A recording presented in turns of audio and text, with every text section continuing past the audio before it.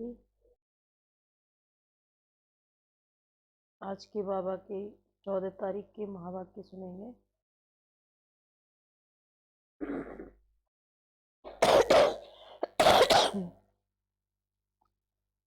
आज बाबा ने कहा स्वच्छता को धारण करना है, शुद्ध बनना है। और गीता का भगवान कौन है, बाबा ने कहा उसको सिद्ध करना है। सिद्ध करने के लिए बाबा ने कहा नई नई भिन्न भिन्न युक्तियां रचनी है, पॉइंट निकालनी है नई नई, कि सहज करके कैसे किसको समझाएं कि गीता का भगवान पतित पावन निराकार परमात्मा शिव है। पहले बाबा ने कहा उसको अपने अंदर प्लान रचना है। पहले मन बुद्धि में चलेगा तो दूसरे को समझाना सहज है। भिन्न भिन्न युक्तियों से बाबा ने कहा समझाना है। दूसरा धारणा, बाबा ने कहा स्वच्छता की धारणा, पवित्रता की धारणा जितनी जितनी करते जाएंगे उतना ही दूसरों पर जो ज्ञान सुनाएंगे उन पर प्रभाव पड़ेगा, उनको अच्छा लगेगा। नहीं तो सुन तो लेंगे लेकिन बाहर जाते ही कहेंगे ये सब कहते हैं लेकिन ऐसा नहीं है। तो उनको लगना चाहिए। उनको जब लगेगा, जब बाबा ने कहा आप खुद स्वरूप में रह करके उनको समझाएंगे। तो मीठे बच्चे श्रीमत पर चल, स्वच्छ बुद्धि बन, धारणा कर फिर युक्ति युक्त सेवा करनी है। श्रीमत पर चल, स्वच्छ बुद्धि, स्वच्छ शुद्ध बन, धारणा कर फिर युक्ति युक्त सेवा करनी है। जैसे मंदिर में जाते हैं तो ऐसे ही कोई उठ के मंदिर में नहीं चला जाता है। स्वच्छता से वहाँ क्या ले जाना है, पूजा की सामग्री भी होती है, खुद भी स्वच्छ पवित्र बनते हैं स्नान आदि करके, तब मंदिर में जाते हैं। इसी तरह ज्ञान की भी विधि है, योग की भी विधि है कि ऐसे ही नहीं कि ऐसे ही बैठ गए तो वो योग नहीं लगेगा। मनन चिंतन भी करना है, स्वच्छता से भी रहना है, खान पान की शुद्धि भी रखनी है। तो बाबा ने कहा ये मन स्वच्छ पवित्र रहेगा। तो शुद्ध बन, धारणा कर फिर युक्ति युक्त सेवा करनी है। अहंकार में नहीं आना है, शुद्ध घमंड में रहना है।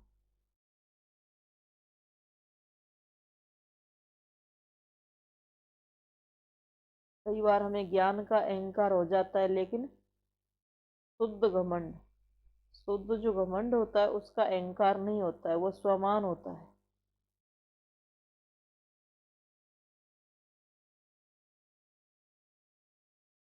प्रश्न है किस एक बात के कारण बाप को इतनी बड़ी नॉलेज देनी पड़ती है।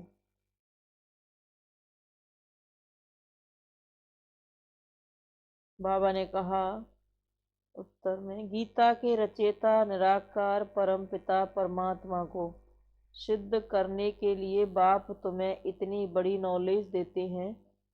सबसे बड़ी बाबा ने कहा सबसे बड़ी भूल यही है जो गीता में पतित पावन बाप की जगह श्री कृष्ण का नाम डाला है।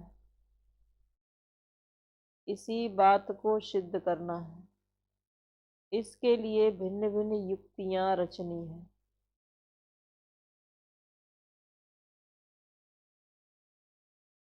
बाप की महिमा और श्री कृष्ण की महिमा अलग अलग बतानी है।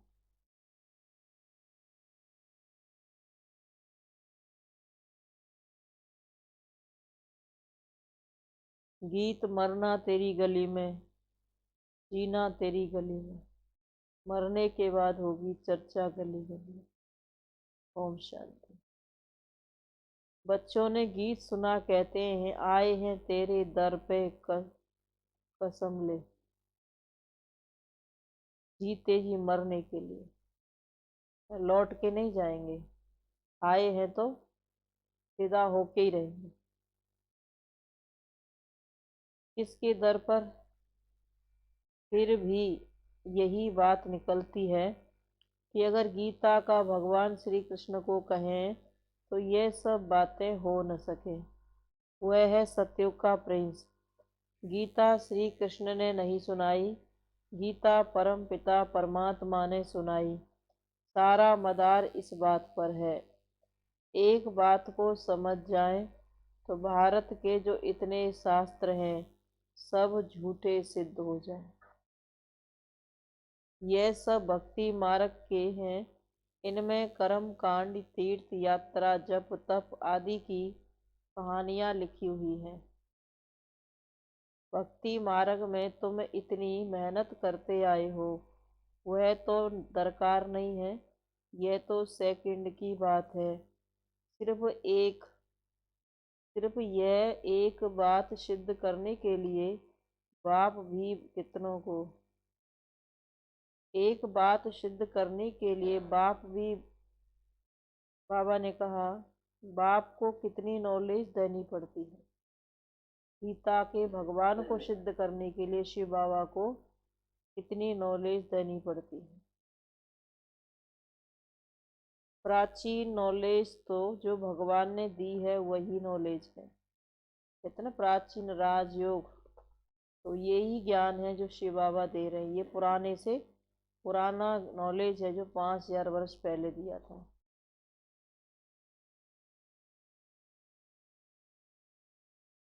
तो बाबा ने कहा सारी बात गीता पर है।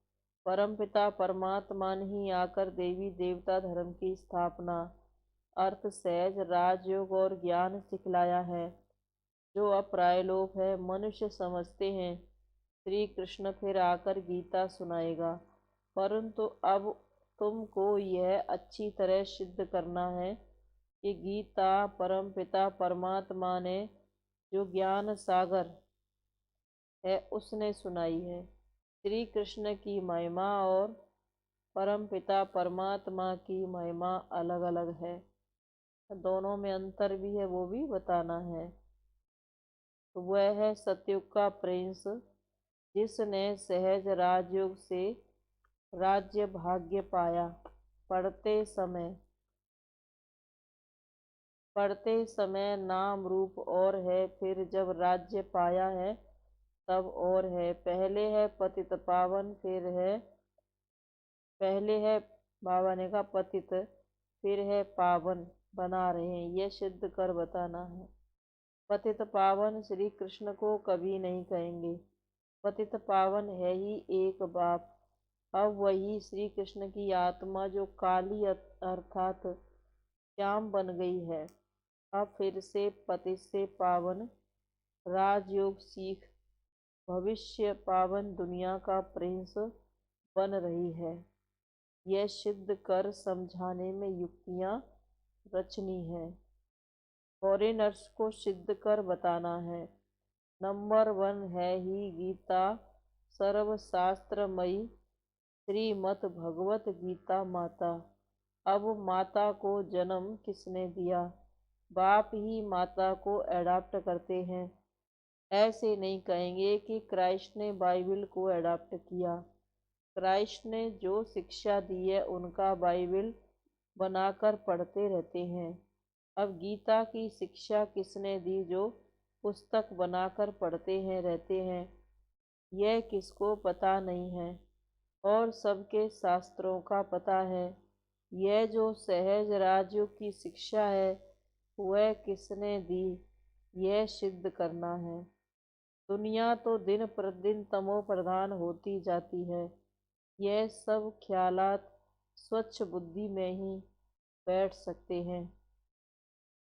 जो श्रीमत पर नहीं चलते उनको धारणा भी नहीं हो सकती। श्रीमत कहेगी तुम बिल्कुल समझा नहीं सकते हो। बाबा फट से कह देंगे। मुख्य बात यह है, बाबा ने कहा ना, जो अपने आप को टाइम देंगे, अपने आप से बातें करेंगे, मनन चिंतन करेंगे वही दूसरों को समझा सकते हैं। नहीं तो समझाने के लिए कोई नई नई पॉइंट जो है वो निकल करके नहीं आएंगी, वही पुरानी पुरानी रिपीट करेंगे तो सुनने वाले भी कहेंगे ये सब तो हमने सुना हुआ है। गीता का भगवान परम पिता परमात्मा है, वही पतित पावन है। मनुष्य तो सर्वव्यापी कह देते हैं, वह ब्रह्म तत्व कह देते हैं, जो आता है वह कह देते हैं बिगर समझ। भूल सारी गीता से निकली है, जो गीता का रचयिता श्री कृष्ण को कह दिया है, तो समझाने के लिए युक्तियां रचनी पड़े। गुप्ता जी को भी कहते थे कि बनारस में यह सिद्ध कर समझाओ कि गीता का भगवान श्री कृष्ण नहीं है। अब दिल्ली में सम्मेलन होता है, सब रिलीजियस मनुष्यों को बुला रहे हैं, तो क्या उपाय करें जो शांति हो जाए। अब शांति स्थापन करना इनके हाथ में तो है नहीं। कहते भी हैं हे पतित पावन आओ, फिर यह पतित पावन कैसे शांति स्थापन कर सकते हैं, जबकि बुलाते रहते हैं परंतु पतित पावन को जानते नहीं हैं। कह देते हैं रघुपति राग विराजा राम, वह तो है नहीं, झूठा बुलावा करते हैं, जानते कुछ भी नहीं है। अब यह कौन जाकर बताए, बड़े अच्छे बच्चे चाहिए। ऐसे बहुत हैं जो अपने को बहुत ज्ञानी समझते हैं, परंतु है कुछ भी नहीं। मिसाल है, चूहे को मिली हल्दी की गांठ, नंबरवार है। थोड़ा भी ज्ञान समझ में आया या कुछ मान सम्मान मिला तो बाबा ने कहा अहंकार आ जाता है। इसमें बड़ी युक्तियां चाहिए जिससे सिद्ध हो जाए। गीता भगवान ने रची है, वह कह देते कोई भी हो है तो सब भगवान भगवान। बाबा कहते हैं भगवानुवाच, मैं उस कृष्ण श्री कृष्ण की आत्मा जो 84 जन्म पूरे कर अंतिम जन्म में है, उनको एडाप्ट कर ब्रह्मा बनाए उन द्वारा गीता ज्ञान देता हूँ। वह ब्रह्मा फिर इस राजयोग से फर्स्ट प्रिंस सतयुग का बन जाता है। यह समझानी और कोई की बुद्धि में नहीं है। तुम बच्चों में भी यथार्थ रीति अभी वह शुद्ध घमंड आया नहीं। माना बाबा ने कहा ना, थोड़ी सी सेवा करते हैं तो पहले अहंकार आ जाता है, वो शुद्ध घमंड नहीं आया है। जो स्वमान में रहें और बाबा को अर्पण करते रहें ताकि बाबा सेवा अच्छे से अच्छी कराए। इतनी प्रदर्शनी आदि करते हैं, अर्जुन सिद्ध नहीं करते। जिस बात पर फोकस डालना चाहिए वो बात तो समझाते ही नहीं है। पहले यह भूल सिद्ध कर बतानी है कि श्रीमद् भगवत गीता है सर्व शास्त्रों की माई बाप। उसका रचयिता कौन? जैसे क्राइस्ट ने बाइबल को जन्म दिया, वह है क्रिश्चियन धर्म का शास्त्र। अच्छा, बाइबल का बाप कौन? क्राइस्ट। उनको माई बाप नहीं कहेंगे। मंदिर की तो वहाँ बात नहीं। यह जो बाबा ने कहा यह तो यहाँ माता पिता हैं। क्रिश्चियन ने रीस की है श्री कृष्ण के धर्म में, वह क्राइस्ट को मानने वाले हैं। अब गीता किसने सुनाई, उससे कौन सा धर्म स्थापन हुआ, यह कोई नहीं जानते। कभी नहीं कहते कि पतित पावन परम पिता परमात्मा ने यज्ञ रचा है। गोले के चित्र से समझ सकेंगे कि बरोबर परम पिता परमात्मा ने ज्ञान दिया है। राधे कृष्ण तो सतयुग में बैठे हैं, उन्होंने अपने को ज्ञान नहीं दिया, ज्ञान देने वाला चाहिए। तो बाबा ने कहा दूसरा, कोई ने तो उसको पास कराया होगा ना। यह राजाई प्राप्त करने का ज्ञान किसने दिया? किस्मत आपे तो नहीं बनती है। किस्मत बनाने वाला बाप या टीचर होता है। गुरु तो सदगति देते हैं, परंतु गति सदगति का कोई को भी सदगति का अर्थ कोई समझते नहीं है। सदगति प्रवृत्ति मार्ग वालों की होती है। गति माना मुक्ति और सदगति माना जीवन मुक्ति। गति माना सब बाप के पास जाते हैं, यह बातें कोई समझते नहीं है। वह तो भक्ति के बड़े बड़े दुकान खोल बैठे। भक्ति की इतनी सामग्री है जो बिजी कर देते हैं भक्तों को, तो बड़े बड़े दुकान खोल बैठे हैं। सच्चे ज्ञान का एक भी दुकान नहीं है। बाबा ने कहा जैसे उन्होंने भक्ति के अड्डे बनाए हुए हैं, ऐसे ज्ञान के भी केंद्र हैं, वो थोड़े हैं उस हिसाब से, जहाँ बाबा का संदेश मिले।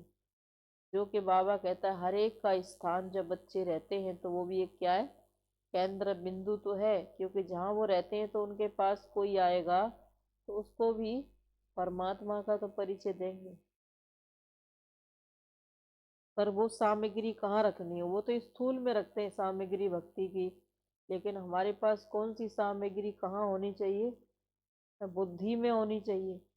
ज्ञान के अस्त्र शस्त्र, ज्ञान की बातें इतनी बुद्धि में हो, कोई भी आए तो उसको जैसा चाहिए जब चाहिए उसको देने लग जाए।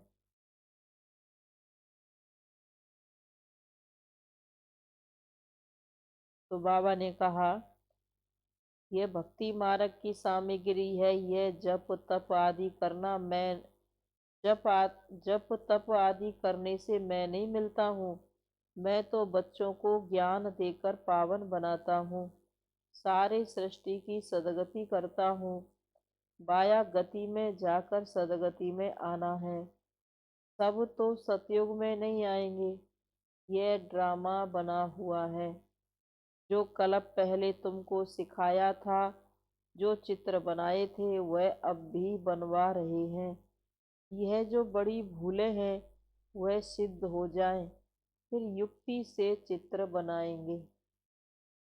कहते हैं तीन धर्मों की टांगों पर सृष्टि खड़ी है, एक देवता धर्म की टांग टूटी हुई है, इसीलिए हिलती रहती है, धरती हिलती रहती है। कहते जब गाय थक जाती है तो वो सींग से सींग बदलती है, ऐसी कहावतें बनाई है। बाबा तो ज्ञान के अनुसार कहते हैं ना, जब ये दुनिया तमो प्रधान बन जाती है तो फिर हलचल होगी, तो ये पुरानी दुनिया जाएगी तो नई दुनिया आएगी। तो कहते हैं पहले एक टांग पर सृष्टि बड़ी फर्स्ट क्लास रहती थी। माना सतयुग में एक धर्म था, एक मत एक भाषा थी, तो सृष्टि बड़ी फर्स्ट क्लास सतयुग के रूप में रहती थी।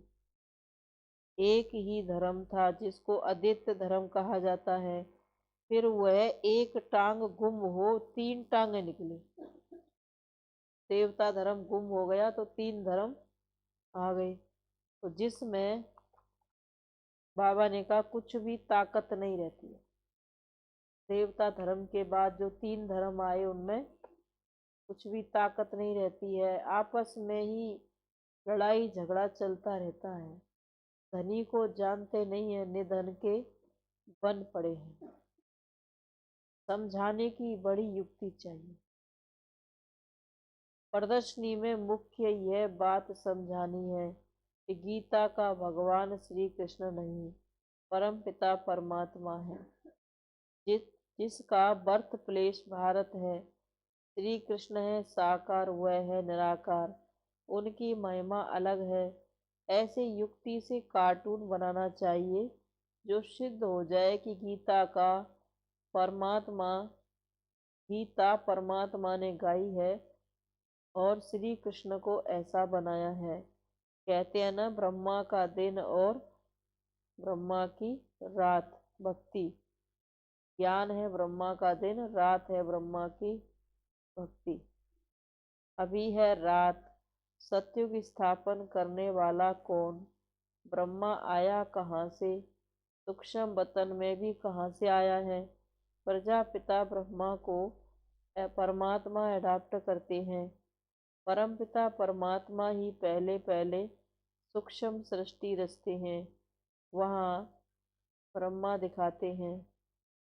बाबा ने कहा वहाँ प्रजापिता होता नहीं है, प्रजापिता ब्रह्मा कहाँ से आया, यह बातें कोई समझ न सके। श्री कृष्ण के अंतिम जन्म में इनको परमपिता परमात्मा ने अपना रथ बनाया है। यह किसकी बुद्धि में नहीं है, यह सारी बाबा ने कहा बड़ा भारी क्लास है। टीचर जानते हैं यह स्टूडेंट कौन सा है, जो तो क्या बाप नहीं समझाते होंगे। जब टीचर जानते हैं स्टूडेंट कौन सा है, तो क्या बाप नहीं समझते होंगे। यह बेहद के बाप का बेहद का क्लास है, यहाँ की बातें ही निराली हैं। अब शिव बाबा को तो कोई ये हद की छत और ये सब जमीन आसमान ये सब हद में नहीं, बाबा तो इन सब के बीच में जहाँ बाबा के बच्चे बैठे हैं पढ़ रहे हैं, बाबा सब आत्माओं को इमर्ज करते हैं और सबको एक साथ देख सकते हैं, चाहे देश विदेश में। तो बाबा कोई एक ही जगह के लिए टीचर नहीं है कि मधुबन में पढ़ा रहे हैं तो मधुबन का ही टीचर है। उसके बच्चे जहाँ भी पढ़ रहे हैं वो सब जगह अपनी दृष्टि डालते हैं, सबको देखते हैं, सबको शक्ति भी देते हैं। तब तो बाबा की मुरली सुन के फ्रेश हो जाते हैं। नहीं तो दुनिया में शास्त्र आदि सब पढ़ते हैं, हिस्ट्री ज्योग्राफी पढ़ते हैं, उनमें इतनी ताकत कहाँ है। बाबा की जो ज्ञान मुरली है इसमें इतनी ताकत है, सुनने के बाद आत्मा उमंग उत्साह में नाच उठती है। उन भक्ति मार्ग के शास्त्रों में इतनी ताकत इतनी शक्ति नहीं है, क्योंकि उसमें भगवान नाजिर हाजिर नहीं है, उसमें तो मेहनत का भाड़ा देता है। तो क्या बाप नहीं समझते होंगे, ये बेहद के बाप का बेहद का क्लास है। कोई ये न समझे कि ये बाबा का ऐसा वैसा ज्ञान है। जो बच्चे बाबा के संगठित रूप में बैठते हैं तो बाबा उन सब बच्चों के पास चक्कर लगाता है, उनकी जो जो इच्छा है, क्योंकि दुनिया में तो वो बाद में जाएगा, पहले अपने बच्चों से मिलता है। तो जो भी उनकी जरूरत है वो पूरी भी करते हैं। शास्त्रों में फिर बाबा ने कहा यहाँ की बात तो निराली है, शास्त्रों में प्रलय दिखाकर रोला कर दिया है। तुम जानते हो श्री कृष्ण ने गीता सुनाई नहीं, उसने तो गीता ज्ञान सुनकर यह पद पाया। तुमको सिद्ध कर बताना है, गीता का भगवान निराकार शिव है, उनके गुण ये हैं। इस भूल के कारण ही भारत कौड़ी जैसा बना है। अभी परमपिता परमात्मा ने ज्ञान का कलश माताओं पर रखा है, माताएं ही स्वर्ग का द्वार खोलती है।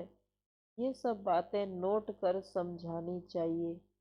भक्ति वास्तव में गृहस्थियों के लिए है, यह है प्रवृत्ति मार्ग का सहज राजयोग। हम सिद्ध कर समझाने के लिए आए हैं। बच्चों को युक्ति युक्त काम करना है, बच्चों को ही बाप का सो करना है। सदैव हर्षित मुख अचल स्थैर्य मस्त रहना है। आगे चलकर ऐसे बच्चे निकलते जरूर हैं। ब्रह्मा कुमार कुमारी वह जो 21 जन्मों के लिए बाप से वर्षा दिलाए। कुमारियों की महिमा भारी है, मुख्य मम्मा है, वह ज्ञान सूर्य है। यह है गुप्त मम्मा ब्रह्मा, इस राज को मुश्किल कोई समझते हैं। मंदिर भी उस मम्मा के हैं। इस बाबा ने कहा श्री कृष्ण तो सत्युग का प्रिंस है, गीता के भगवान की महिमा अलग है।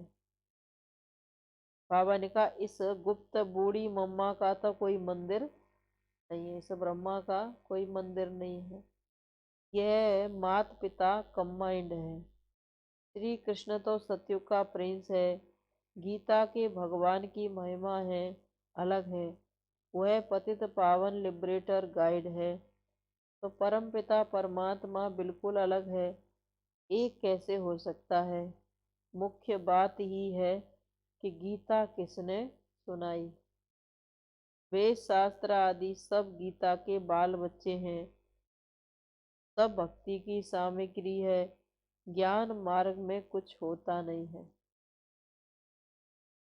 ज्ञान मार्ग में कुछ होता नहीं है तो परमात्मा पढ़ाई पढ़ाते हैं, इस पढ़ाई में कोई भी सामग्री की आवश्यकता नहीं है। अब डायरी पेन रखते हैं, नोट करते हैं, ये भी बार में पढ़ने के लिए, रिपीट करने के लिए, लेकिन परमात्मा कहते धारणा तो बुद्धि में करनी है। और बुद्धि में धारणा जब होगी जब इसका मनन चिंतन बैठ के करें, एकांत में बैठे टाइम निकालें, तब धारण होगा। रिवाइज भी करें, रियलाइज भी करें, और फिर उसको सुनाए अनुभव के द्वारा। अच्छा मीठे मीठे सिकील दे बच्चों प्रति मात पिता बाप दादा का याद प्यार। Good morning. रूहानी बाप की हम रूहानी बच्चों को नमस्ते। रूहानी बच्चों की रूहानी मात पिता बाप दादा गुड मॉर्निंग और नमस्ते। नमस्ते बाबा, नमस्ते। धारणा के लिए मुख्य सार है, हर काम बहुत युक्ति युक्त करना है, माना सोच समझ के करना है। हर्षित मुख, अचल स्थिर और ज्ञान की मस्ती में रहकर बाप का सो करना। ज्ञान की मस्ती, ज्ञान का नशा चढ़े तो बाप का सो कर सकते। तो नशा तो दुनिया में कहते हैं ना, अपनी घोट तो नशा चढ़े। जब तक खुद उसको अंदर मनन चिंतन नहीं करेंगे तब तक नशा नहीं चढ़ेगा।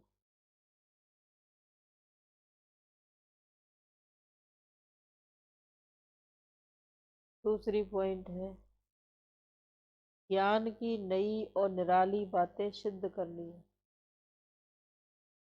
ज्ञान की नई और निराली बातें सिद्ध करनी है।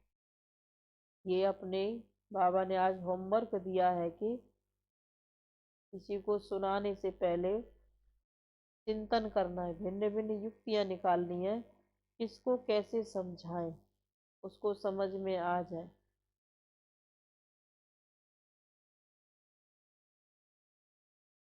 वरदान, शांति की शक्ति द्वारा असंभव को संभव करने वाले योगी तू आत्मा भव। साइलेंस, शांति की शक्ति द्वारा असंभव को संभव करने वाले योगी तू आत्मा भव। और शांति भी गुण है। शांति ऐसा गुण है जो सब गुणों से श्रेष्ठ। हर समय शांति चाहिए, हर एक को शांति चाहिए, मन को भी शांति चाहिए। तो शांति आत्मा का स्वधर्म है। जब तक हम स्वधर्म में लौट के ना आ जाएं तब तक शांति को बढ़ाते रहना है, इस गुण को बढ़ाते जाना है। और दूसरों को शांति का दान देते हैं तो उतना खुद को भी शांति की अनुभूति होती है। अगर ये गुण है नहीं, मन शांत नहीं रहता है, तो इस गुण को बढ़ाने के लिए हमें शांति का दान देना है, शांति की सकाश देनी है। पूरे विश्व की दुखी अशांत आत्माओं को जितना शांति का दान देंगे उतना अपना मन शांत होगा। शांति की शक्ति सर्वश्रेष्ठ शक्ति है और सभी शक्तियां इसी एक शक्ति से निकली हैं। साइंस की शक्ति भी इसी शांति की शक्ति से निकली है। शांति की शक्ति द्वारा असंभव को भी संभव कर सकते हो। जिसे दुनिया वाले असंभव कहते हैं वह आप योगी तु आत्मा बच्चों के लिए सहज संभव है। तो वह कहेंगे परमात्मा तो बहुत ऊंचा, हजारों सूर्यों से तेजोमय है, लेकिन आप अपने अनुभव से कहते हो हमने तो उसे पा लिया। शांति की शक्ति से स्नेह के सागर में समा गए। शांति की शक्ति से स्नेह के सागर में समा गए। अब स्नेह प्यार भी कब बढ़ेगा परमात्मा से? जब शांति की शक्ति होगी।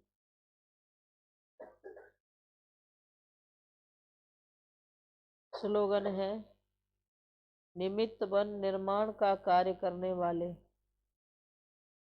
ही सच्चे सेवाधारी हैं।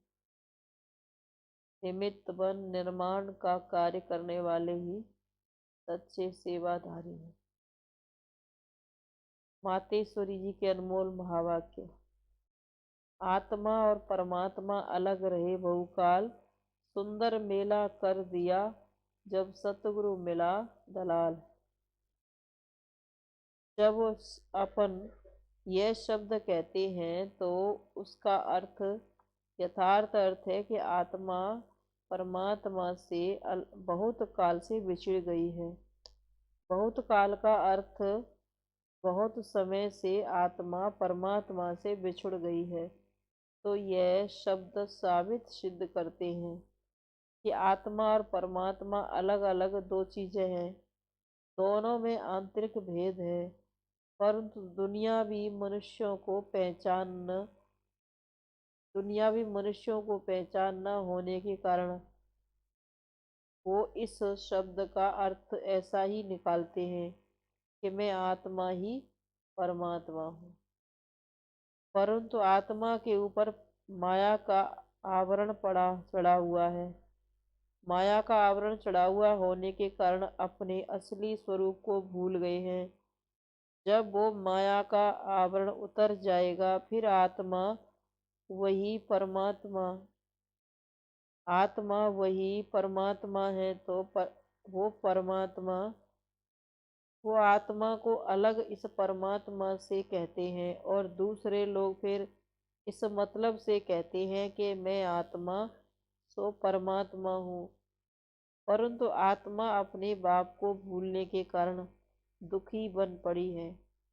जब आत्मा फिर अपने आप को पहचानने के शुद्ध बनती है, फिर अपने आप को पहचान कर शुद्ध बनती है, तो फिर आत्मा परमात्मा में मिल एक हो जाएंगे।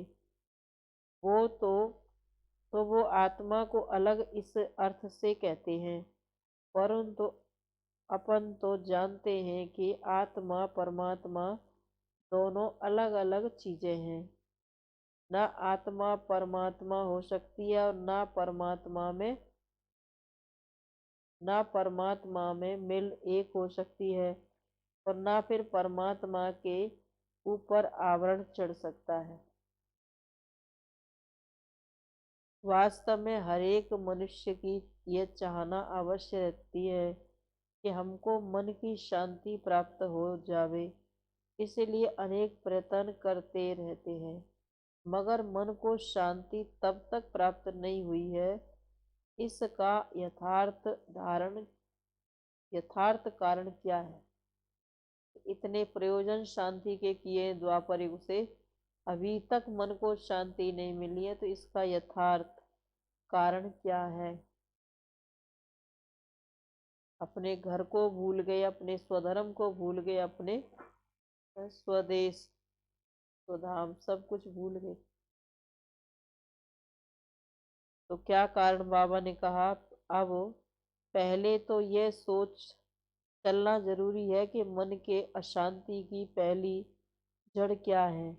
मन की अशांति का मुख्य कारण है कर्म बंधन में फंसना। मन अशांत क्यों हुआ है? उसका कारण है कर्म बंधन में फंसना।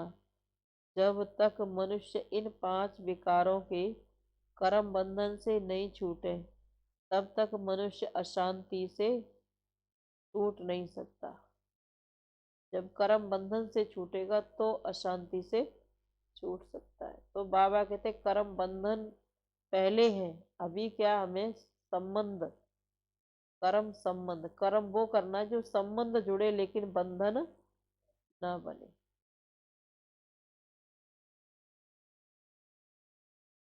यह कर्म बंधन टूटे कैसे और उसे छुटकारा देने वाला कौन?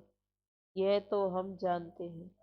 कोई भी मनुष्य आत्मा किसी भी मनुष्य आत्मा को छुटकारा नहीं दे सकती। यह कर्म बंधन का हिसाब किताब तोड़ने वाला सिर्फ एक परमात्मा है। वही आकर इस ज्ञान योग बल से कर्म बंधन से छुड़ाते हैं। इसीलिए ही परमात्मा को सुख दाता कहा जाता है।